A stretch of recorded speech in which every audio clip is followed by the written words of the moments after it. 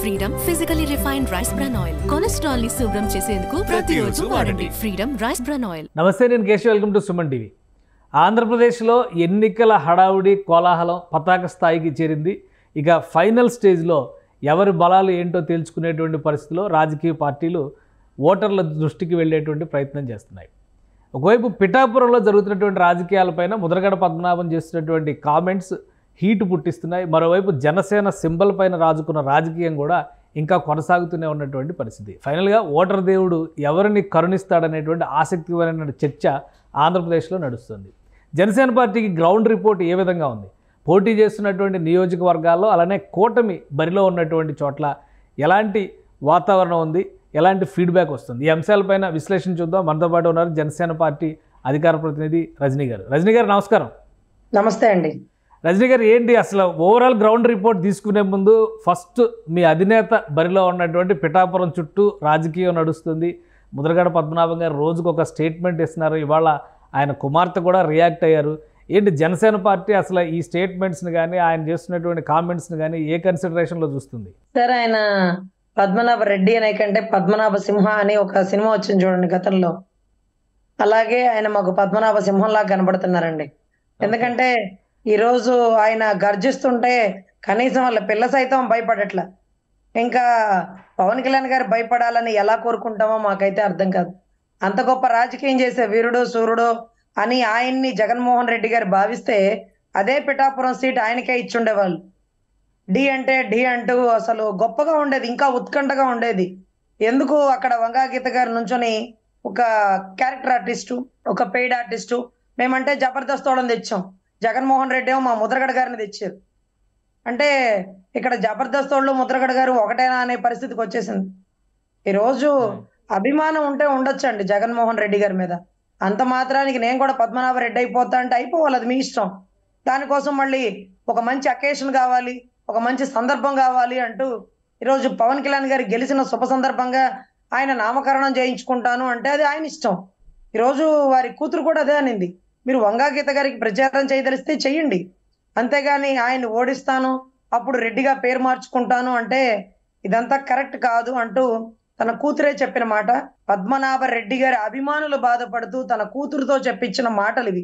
అమ్మా, నాన్నగారు చేసిన పని కరెక్ట్ గా లేదు, నాన్నగారు శృతి మించిపోతున్నారు, వైసీపీ మాయల మరాఠీలో పడిపోయారు, జగన్ మాయలో కొట్టుకులాడుతున్నారు, నాన్నగారు ఇచ్చే స్టేట్మెంట్ల వల్ల మేము తలెత్తుకోలేకపోతున్నాం అమ్మా అంటే ఆయన సహచరులు సన్నిహితుల మాటలు విని ఆ బిడ్డ ఈరోజు బయటకు వచ్చి, నాన్నగారు మీ వెనకాల ఉండేవాళ్లే బాధపడుతున్నారు, మన దగ్గర పనిచేసే వాళ్ళు మన అభిమానులు, మీరంటే ప్రాణం పెట్టే వాళ్ళు కూడా ఈరోజు మీరు ఈ మాట అన్నందుకు అంటే ఒక సవాల్ విసిరారు. ఇప్పుడు ఆయన పద్మనాభ రెడ్డి గారిగా మారుతారా, పద్మనాభ చౌదరి గారిగా మారుతారా, ఇక అది ఆయన ఇష్టం.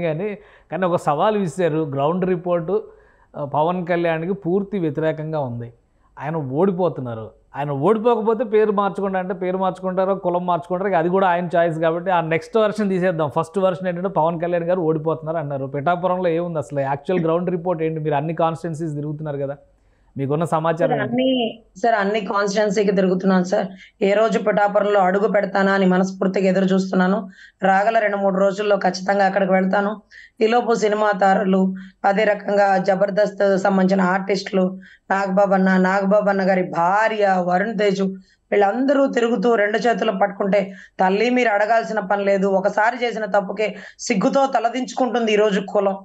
దయచేసి మీరు మళ్ళీ ఓటేయమని అడగద్దమ్మా, మా బాధ్యతగా ఏపిస్తాం, ఓట్లు దగ్గరుండి మా దేవుణ్ణి మేమే గెలిపించుకుంటాం. ఇక నుంచి మా మనసుల్లో ఏదైతే పిఠాపురం ఏదైతే స్వామివారితో పాటుగా మా గుండెల్లో కొలువుండే దేవుడు ఈరోజు మా పవన్ కళ్యాణ్ అమ్మ, మీరు అడగద్దు తల్లి అంటూ వచ్చిన ప్రతి ఒక్కరికి అక్కడ ఉండే వాళ్ళే ఈరోజు 2 చేతులు పట్టుకుని దయచేసి అడగండి అమ్మా, మా బజార్ అడగద్దండి, మా బజార్ అంతా ఆయన అభిమానులేనండి. అదుగదుగో సందుచూరులో మేము ఇష్టంగా ఫ్లెక్సీ పెట్టుకున్నాను, మేమంతా ఆయన అభిమానులు అమ్మ, మీరు అనవసరంగా టైం వేస్ట్ చేసుకోవద్దు అంటూ కొన్ని ఏరియాల్లో అసలు రానివ్వట్లేదండి. ఎందుకంటే అసలు మీరు చెప్పాల్సిన పని ఏంటో, అది మా బాధ్యత. దేవుడు రథం మా ఊరి దగ్గర ఆగిపోతే అది పండగలాగా ఉందమ్మా, మాకు ఈరోజు ఎలక్షన్ లా లేదు అంటూ ఈరోజు జాతర జరుగుతున్న జనజాతర జరుగుతున్నటువంటి పిఠాపురంలో ముద్రగడ గారు పగటి కలలు కంటున్నాడా? ముద్రగడ గారు నిద్రగడలాగా మధ్య మధ్యలో నిద్రలేసి ఆవలింతల మధ్యలో ఏదో మాట్లాడేసి పడుకుంటున్నాడా అంటే కోర్స్ వాస్తవమేమో. ఎందుకంటే తనకు అన్న కూతురు కూడా ఏమాత్రం తప్పుగా మాట్లాడలేదండి. ఎందుకు ఇలా మాట్లాడుతున్నారు నాన్నగారు? అభిమానం ఉంటే వంగా గీత గారిని గెలిపించుకోవాలి, అంతేగాని పవన్ కళ్యాణ్ గారిని ఓడిస్తూ అంటూ తన సహచరులు సైతం ఆయన గురించి, ఆయన మాట్లాడిన స్టేట్మెంట్ల గురించి బాధపడుతున్నారు. క్లారిటీ ఇచ్చారు, ముద్రగడ పద్మనాభం గారు ఒక క్లారిటీ ఇచ్చారు. ఇక ఆమె తన కూతురు తన దగ్గర ఉన్నప్పుడు తన కూతురు ఇప్పుడు అత్తగారింట్లో ఉంది కాబట్టి వేరే ప్రాపర్టీ అన్నట్టుగా ఆయన మాట్లాడారు. కాబట్టి ఆ మాటలు పెద్దగా పట్టించుకోవాల్సిన అవసరం లేదు, ఎవరో వెనకుండి రెచ్చగొట్టి పెయిడ్ ఆర్టిస్టులు మాట్లాడిస్తున్నారు అన్నారు. సో దాని గురించి అంత సీరియస్గా తీసుకోవాల్సిన అవసరం ఉందా? వాళ్ళ ఫ్యామిలీ మ్యాటర్ కింద దాన్ని చూస్తానికి అవకాశం లేదా? కన్న తండ్రి ఏంటి బిడ్డని ఒక ప్రేమగా అభిమానంగా ఉండాలి, బాధ్యత అనుకుంటే కూడా తప్పు అనుకునేటటువంటి మా లాంటి ఆడబిడ్డలం ఈరోజు తండ్రి ఒక బిడ్డని ప్రాపర్టీతో పోల్చాడు.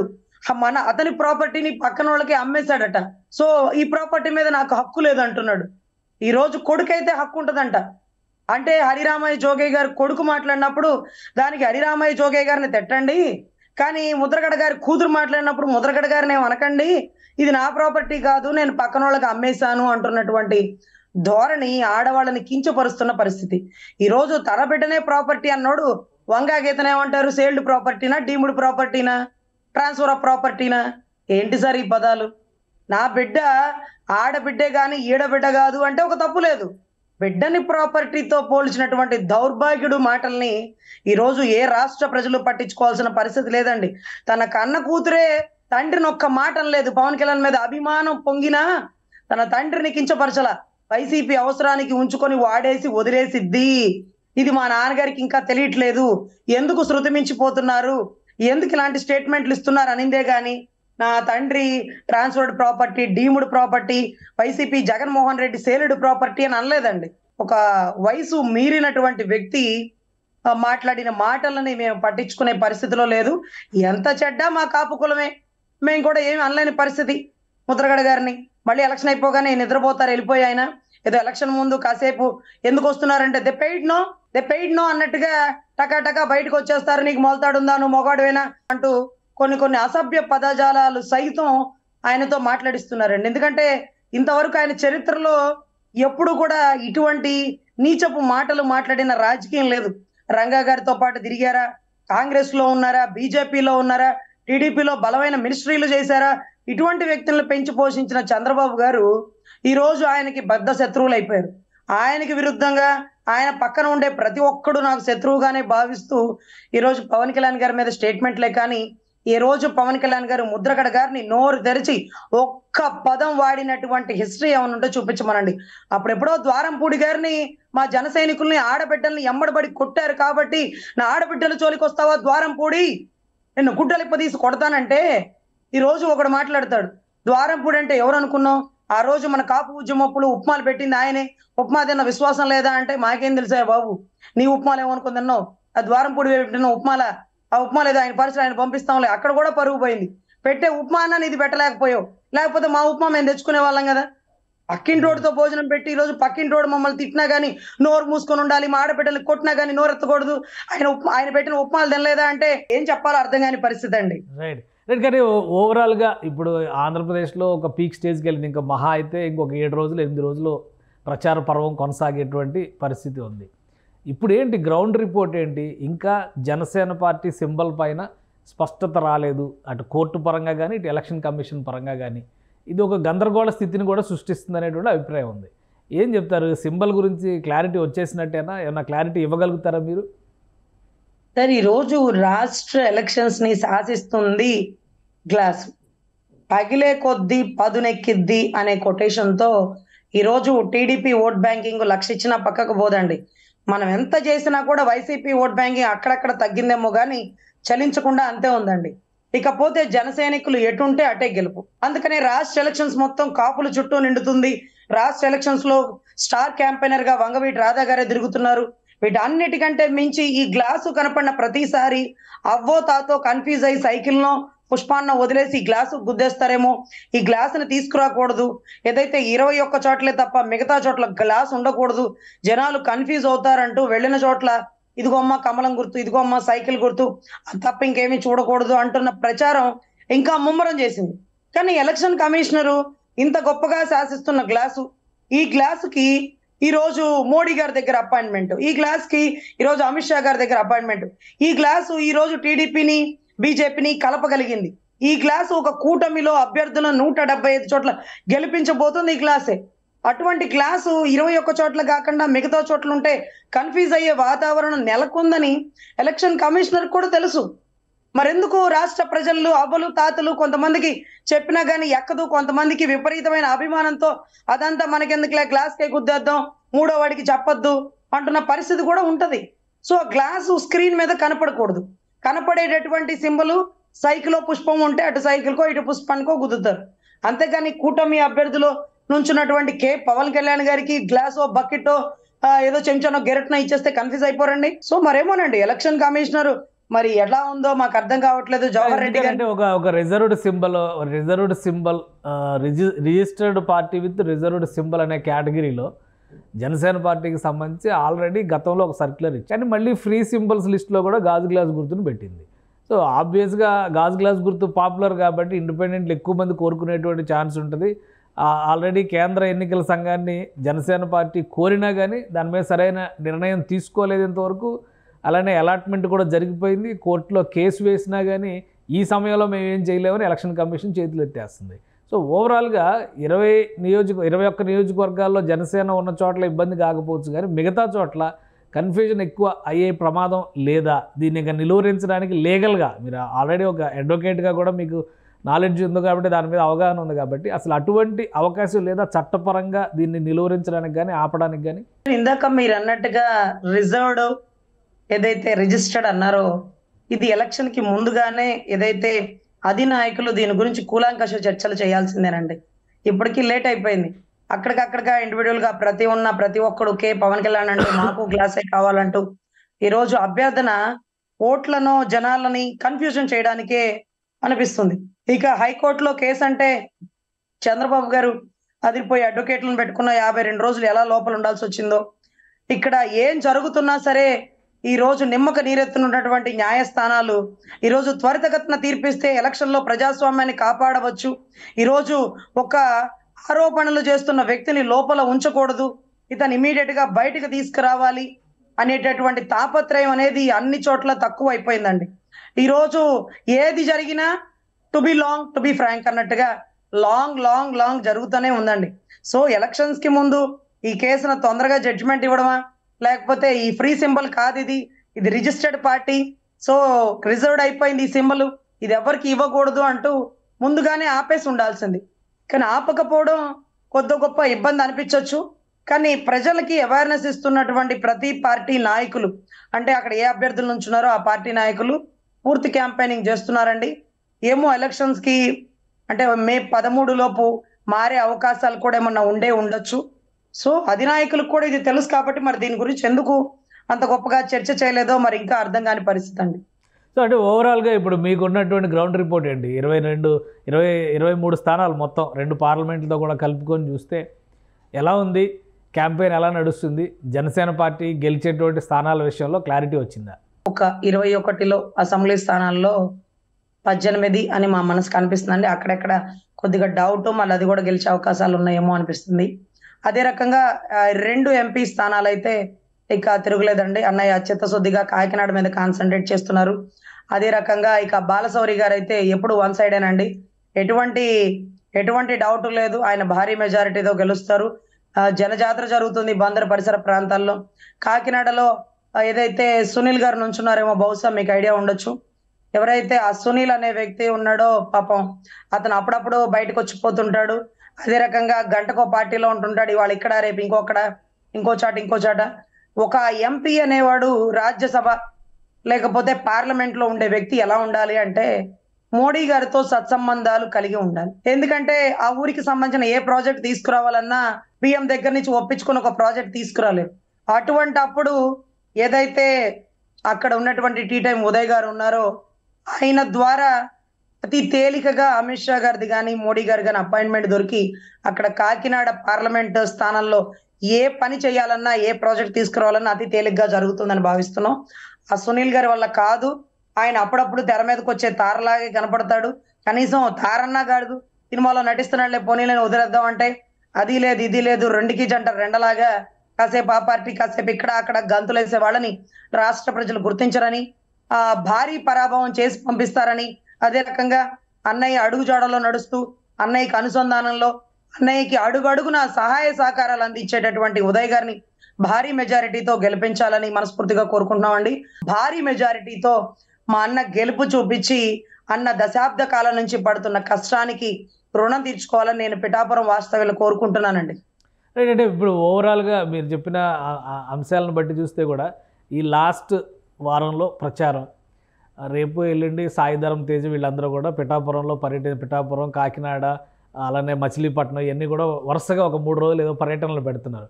సో అందరూ ఎదురు చూస్తుంది మెగాస్టార్ చిరంజీవి వస్తారా రారా, వచ్చే అవకాశాలు ఉన్నాయా లేవా, అలానే రామ్ చరణ్ వస్తారా, ఈ చర్చ అంతా నడుస్తుంది. ఏంటి దానికి సంబంధించి జనసేన పార్టీలో ఏమన్నా ఇంటర్నల్గా సమాచారం ఉందా, వచ్చే అవకాశాలు ఏమైనా కనిపిస్తున్నాయా? సార్ ఈ రోజు 5వ తారీఖు ఆయన వస్తారంటున్నారు, మళ్ళీ డేట్ అటా ఇటా అన్నారు, మాకు తెలియదు. కానీ పవన్ కళ్యాణ్ గారు వీరిని రండి అని ఎవరిని పిలవరండి. వారి అభిమానం తట్టుకోలేక, అభిమానాన్ని ఆపుకోలేక ఈ రోజు వచ్చేవారే గాని ఈ రోజు ఎవరు వచ్చినా, క్యారెక్టర్ ఆర్టిస్ట్ వచ్చినా లేకపోతే జబర్దస్త్ ఆర్టిస్టులు వచ్చినా, అదే రకంగా అన్న దగ్గరికి వెళ్ళి ఈరోజు పార్టీ ప్రచారానికి కానీ లేకపోతే పార్టీలో నుంచి అభ్యర్థులకు ఇవ్వాల్సినటువంటి అక్కడక్కడ ఏమైనా ఆర్థిక ఇబ్బందులు ఉంటే వాళ్ళని ఆదుకోవడానికి కానీ వాళ్ళ అన్న దగ్గరికి వెళ్ళి 5 కోట్లు తెచ్చుకొని ఈరోజు కాళ్లకు మొక్కుతుంటే మాకు నిజంగా కన్నీటి పర్యంతం అయిపోయిందండి. ఎందుకంటే ఈ వయసులో హిందీలో సినిమాలు తీసుకోవాలా, తమిళంలో తీసుకోవాలా, లేకపోతే ఒక కోల్గేట్ లో ఉప్పు ఉందా అంటే కోట్లు ఇస్తారు, అదే వ్యవస్థలో తప్పు ఉందా అంటే కోర్టులో కేసులు వేస్తారు. ఒక థమ్సప్ బ్యాడ్ కానీ, ఒక ఎవరెస్ట్ మసాలాకు కానీ, ఒక చెప్పులకు కానీ, ఏ షాపు మాల్ ఓపెనింగ్ కానీ రాని నా అన్న, డబ్బు మీద ధ్యాస లేని నా అన్న సేవా దృక్పథంతో రాజకీయంలోకి వస్తే ఆయనకి జరిగిన అవమానం నిజంగా వర్ణనాతీతం అండి. నిజంగా ఈ రోజు ఏదైతే అన్నయ్య వనవాసాన్ని అనుభవించేశాడు, ఇక పట్టాభిషేకం పిఠాపురంలో జరగబోతుందని మనస్ఫూర్తిగా కోరుకున్నామండి. మమ్మల్ని కూడా ఎంతో మంది 3వ కంటికి తెలియకుండా మీకు డబ్బులు ఇస్తాం, మీరు ప్రచారానికి రాకండి, లేకపోతే మీరు పార్టీ కండవా కప్పుకోండి, ఇంకోటి అని ఆఫర్లు వస్తున్నప్పుడు నేను ఒప్పుకోలేదండి. కానీ అప్పుడు ఇంకొక ఆఫర్ వచ్చిందండి. సరే మీరు కండవా కప్పుకోవడానికి ఆలోచిస్తున్నారు, 3వ కంటికి తెలియకుండా చెప్తాము, మీకు బాగలేదని రెస్ట్ తీసుకోండి అంటున్న తరుణంలో నేను అన్నాను, ఒకవేళ 3వ కంటికి తెలియదు, నేను బాగలేదని రెస్ట్ తీసుకుంటాను, కానీ నా మనస్సాక్షికి తెలుసు నా అన్నని మోసం చేశానని, నా మనస్సాక్షికి తెలుసు నా అన్న పిలిచి నాకు పదవి ఇచ్చాడని, అంతకంటే జన్మం ఇంకొకటి ఉండదమ్మా అంటూ ఈరోజు ఎంతో మందికి నా స్వహస్త్రాలతో నేనే వాళ్ళు ఇచ్చిన కాండవాలో డబ్బులో వెనక్కి పంపించినటువంటి పరిస్థితులు ఉన్నాయండి. ఈరోజు మీడియా ముందు వాళ్ళందరికీ చెప్తున్నాను, నేనే కాదండి, నాలో జన సైనికులు ఎవరున్నారో ఏ ఒక్కరిని మీరు కొనలేరు. ఎందుకంటే మా అన్న చేసిన త్యాగం, అతన్ని ఆయన తగ్గించుకున్న ప్రతిసారి మా కళ్ళమ్మ నీళ్ళు వచ్చేస్తాయండి. ఆయన ఎవరన్నా పొగుడుతుంటే మేము అస్సలు ఓర్చుకోలేమండి. ఆయన ఒక్కళ్ళని పొగిడేదేంటి, ఆయనే పొగడ్తలకి ఈరోజు రారాజు. అసలు పవర్ స్టార్ అంటే పేరులో ఎక్కడో ఇచ్చే పవర్ కాదు, ఆయన పేరులోనే ఉంది పవర్, ఆయన మాటల్లో ఉంది పవర్, ఆయన చేతల్లో ఉంది. ఈరోజు మా అధినాయకుడే మాకు ఎప్పటికీ హీరోనండి, మా గుండెల్లో ఆయన ఎప్పటికీ సీఎం స్థాయినండి. ఇలా చాలా మంది కాపులను కూడా కొనదలిచారని చెప్పారండి. అన్నని మోసం చేసే సోదరులు ఎవ్వరు ఉండరండి. సో ఖచ్చితంగా భారీ మెజారిటీనే కాకుండా 130 చోట్ల కూటమి గెలవబోతుంది. కొన్ని చోట్ల ఏదైతే కమ్మ కాపు కలిసే ఇబ్బందులు ఉన్నప్పటికీ అధినాయకుడు ముఖం చూసి తగ్గుకొని, తలదించుకొని, తల వంచుకొని, తప్పించుకొని మేము ప్రచారంలో ముందుకు వెళుతున్నాము. మా అధినాయకుడు మాకు ఇచ్చిన ఆదేశాన్ని శిరసా వహిస్తాము. తర్వాత మేము ఎన్ని అవమానాలు ఎదుర్కొన్నాం, ఎన్ని ఇబ్బందులు పడ్డారు, నా సోదరిని నా సోదరులు ఎంత ఇబ్బంది పెట్టారని మా అన్న ఖచ్చితంగా తెలుసుకున్నాడని భావిస్తూ వాళ్ళు ఇచ్చే డబ్బులకి లొంగకుండా, వాళ్ళ బెదిరింపులకి వంగకుండా మేము మా అన్నకి ప్రచారం చేయడానికి ఎవరు అట్లా ఆఫర్ చేసే వాళ్ళు ఎవరున్నారు? ఎందుకంటే చాలా మంది జనసేన నుంచి కూడా పార్టీలు మారారు, జెండాలు మార్చుకున్నారు, కప్పుకున్నారు, ఆల్రెడీ అన్ని చూస్తున్నాం మనం. ఎవరు మీకు అట్లాంటి ఆఫర్లు ఎవరు ఇచ్చారు? ఇక్కడ విడుదల రజనీ గారి వర్గం కూడా భారీ ఆఫర్లు మాకు మొగ్గు చూపారండి. 3వ కంటికి తెలియకుండా గుంటూరులో ప్రచారం చేయకుండా ఉంటే చాలు మీకు బంపర్ ఆఫర్ ఇస్తామని. అమ్మా 3వ కంటికి సిటీ ప్రెసిడెంట్ మారిపోయాడు కదా, విడుదల రజనీ గారి దగ్గరికి వెళ్ళి కూర్చున్నారు కదా, గుంటూరు సిటీ ప్రెసిడెంటే, జనసేన పార్టీ అధ్యక్షుడే వెళ్ళి కూర్చున్నారు కదా. సార్ అందరినీ కొనే కాడికి ఆ జాబితాలో మీకు కూడా ఆఫర్ ఇచ్చారా? మా మూడో కంటికి తెలియదు అన్నాడు. మా మనసాక్షి ఒకటి ఉంటదండి, నేను అడిగితే అన్న పిలిపించాడా, నేను అడగకుండా నాకు ఇచ్చిన పదవి సార్. ఆయన్ని మోసం చేసిన బతుకే మాది బతుకు కాదు. మేము ఖచ్చితంగా చచ్చే చివరి వరకు మా అన్న జెండా మోసిన ఉన్నంత వరకు ఆ జెండా నీడలోనే మేము మెసులుతాము, నడుస్తాము అంటూ చెప్పడం జరిగిందండి. ఈరోజు భయంకరమైన ఆఫర్లే కాదండి, ఈరోజు కొన్ని బెదిరింపులు కూడా ఉంటుంటాయి. రేపు ప్రభుత్వం వచ్చాక మీరు ఎక్కడుంటారో తెలుసా అని. రేపు ప్రభుత్వం వచ్చాక లేకపోతే ఇంకోటి అంటే ఇంకా కూడా మీ ప్రభుత్వం వస్తుందన్న పిచ్చి భ్రమలో ఉన్నారంటే మీరు ఇక పగటి కలలు కనడం, పట్టపగలే చుక్కలు లెక్కేసుకునే పరిస్థితి అండి. కూటమి గెలవబోతుంది. చంద్రబాబు గారు ముఖ్యమంత్రిగా ప్రమాణ స్వీకారం చేయబోతున్నారు. మీరు పక్క దేశాలకే పోతారా, దేశాల్లో దీవుల్లో దాక్కుంటారా, అది మీ ఇష్టం. ఎట్టి పరిస్థితుల్లో నికాసైన జన సైనికుడిని, నిజాయితీపరుడైన జన సైనికుడిని, ఒక అధినాయకుడిని అభిమానించే జన సైనికుడిని కొనలేరండి. నేను ఇక్కడ ఏం చెప్తున్నానంటే సైనికుడిని అంటున్నాను కానీ నాయకుడిని అనట్ల.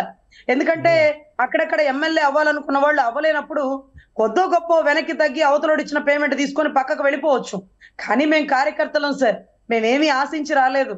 అన్నయ్య అడుగుజాడల్లో ఆదర్శాల వెనకాల నడవాలని వచ్చాం. సో మాకు ఏ ఆశలు లేవు కాబట్టి అన్న ఆశే మా ఆశ. అన్న వచ్చే ఆశ వచ్చే అనగానే మేము ఎక్కడున్నా రోమాలు లెక్క పొడుస్తాయండి. అవతలోడు ఇచ్చిన పేమెంట్ కూడా విసిరేసి ఆ పాటకి డాన్స్ వేసుకుంటూ వెళ్ళిపోయే నా జన సైనికులు ఉన్నంత వరకు మా అన్న ఎప్పటికీ తగ్గడండి. ఎక్కడ నెగ్గాలో కాదు, ఎక్కడ తగ్గాలో తెలిసిన వాడు మా అన్న. ప్రైమ్ మినిస్టర్ వస్తున్నారు, 6-8 తారీఖుల్లో షెడ్యూల్ ఖరారైంది, ఆంధ్రప్రదేశ్ విజిట్ అంటున్నారు. సో ఆ సందర్భంలో ఏమన్నా మెగాస్టార్ చిరంజీవి గారు కూడా వచ్చే అవకాశాలు ఉన్నాయా? సరే ఒకళ్ళు వస్తేనే తట్టుకోలేమో, మళ్ళీ ఇద్దరు ఒకేసారి వస్తే ఇంకా తట్టుకోగలవా అంటూ.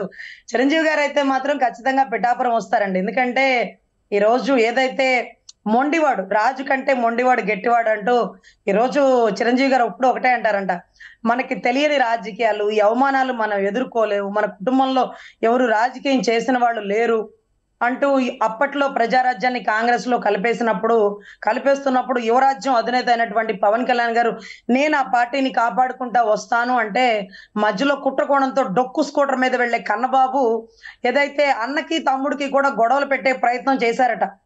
సో ఆ టైంలో ఏదైతే పవన్ కళ్యాణ్ గారిని చిరంజీవి గారికి అపాయింట్మెంట్ కూడా ఇవ్వనివ్వలేదట. వద్దు చిరంజీవి గారు, కళ్యాణ్ బాబుకి పార్టీని అప్పచెప్పద్దు, కళ్యాణ్ బాబు నడపలేడు, కళ్యాణ్ బాబు అది ఇది అన్నాడట. కానీ ఆ టైంలో చిరంజీవి గారు మళ్ళీ కళ్యాణ్ బాబు లేని భారాన్ని ఎత్తినేసుకుంటాడు, ఇబ్బంది పడతాడని ఒకే ఒక్క దృష్టితో కాంగ్రెస్ లో విలీనం చేయడం జరిగిందట. ఇది స్వయంగా కళ్యాణ్ బాబు గారు నాతో కలిసినప్పుడు 40 నిమిషాలు మాట్లాడినప్పుడు చెప్పిన పదాలండి. అదే రకంగా ఈ రోజు ఏదైతే అవమానించినటువంటి కన్నబాబు ముందే ఒక ప్రత్యేక పార్టీలో, ఒక జనసేన పార్టీలో జన జాతర చేస్తూ ఈ రోజు మోడీ గారిని సైతం మెప్పించి ఆయన మనసును దోచుకొని నా వెనకాల పవన్ జీ ఉన్నారంటే ఈ రోజు రాష్ట్ర రాజకీయాలే కాదండి, జాతీయ అంటే నేషనల్ రాజకీయాలని కూడా శాసించగల నాయకుడు ఈ రోజు పవన్ కళ్యాణ్ గారు అంటూ ఎక్కడ పడిపోయాడో అక్కడ లేచాడండి. ఎందుకంటే ఒకవైపు గెలుపులో ముందుకు వెళ్ళడం కాదండి, ఓడిపోయిన తర్వాత గెలవడం ఉంది చూడండి, అప్పుడే కిక్ ఉంటుందండి. ఊరికే చేస్తే ఏముంటుందండి. రైట్, థ్యాంక్ యూ రజనీ గారు మీ అభిప్రాయాలను తెలియజేసినందుకు. ఇది ఆంధ్రప్రదేశ్లో జనసేన పార్టీ ప్రచార పర్వంలో దూసుకుపోతుంది. సింబల్ విషయంలో కొన్ని గందరగోళాలు ఉన్నప్పటికీ కూడా ఆ సింబల్ని వీలైనంత ఎక్కువ మంది ప్రజలకి చేరేలాగా జాగ్రత్తలు తీసుకున్నారు. అలానే నరేంద్ర మోడీతో పాటు మెగాస్టార్ వస్తే ఇక అంతకంటే సంతోషకరమైనటువంటి రోజు ఉండదు జన సైనికులకి అనే మాట చెప్తున్నారు. మరోవైపు జన సైనికుల్ని, జనసేన నేతలను కూడా ప్రలోభపెట్టేటువంటి ఎత్తుగడలు చివరి నిమిషం ప్రయత్నాలుగా ఆంధ్రప్రదేశ్ రాజకీయాల్లో జరుగుతున్నాయి. నిజమైన జన సైనికులు వీటిని తిరస్కరిస్తున్నారని ఆమె చెప్తున్నారు. ఇది special discussion. Keep watching. Suman టీవీలో మీ పర్సనల్ అండ్ బిజినెస్ ప్రమోషన్స్ కోసం కింది నెంబర్కి కాంటాక్ట్ చేయండి.